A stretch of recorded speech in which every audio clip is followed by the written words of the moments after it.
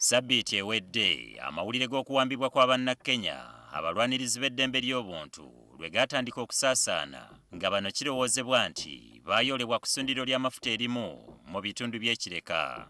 Kati Ssabiiti nnamba eweze nga mpawa amanyi mayitire ga Bobi Njagi ne Nicholas Oyoo abaali bazze kuno okwegatta ku munna-NUP Robert Kyagulanyi okumusaggulirako akalulu k'obwa pulezidenti.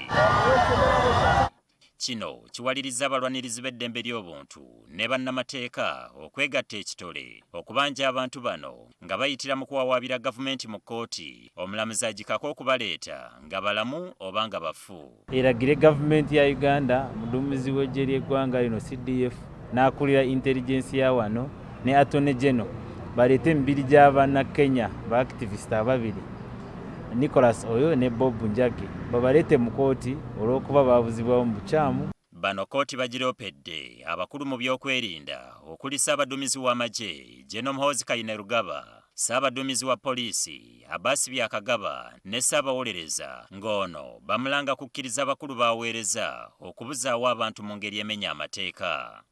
Tusaba kkooti enunula bannakenya be yaasibye mu bukyamu ate tusaba kkooti banunule kati sinanca kubanga kye bakola kityobera eddembe by'abantu.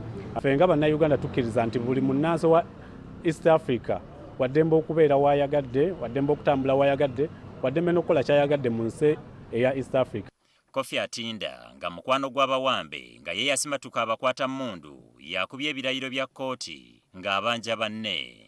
Atinda agamba nti ebyaliwo byonna yabiraba bulungi nga banne bayolebwa kasukibwa mu mmotoka yakazibwako drone era ng'agamba okunoonyereza kwabwe kulaga nti bano baatwalibwa ku kitebe kya CMI embuya. Yeewuunya okuba nti kati omuntu okutambulako nga munnansi w'eggwanga lya East Africa kifuukidde ddala eky'obulabe so nga abakulembera amawanga gano be bakkaanya nti bannansi baabwe beetaaye nga bwe baagala. Plead with the government of Kenya to intervene and secure the immediate and unconstitutional release of our brothers Nicholas and Bob. Their continued detention violates the regional and international human rights standards, including protection under the East African Community Treaty. We call upon the government of Uganda to disclose their whereabouts and release them without delay.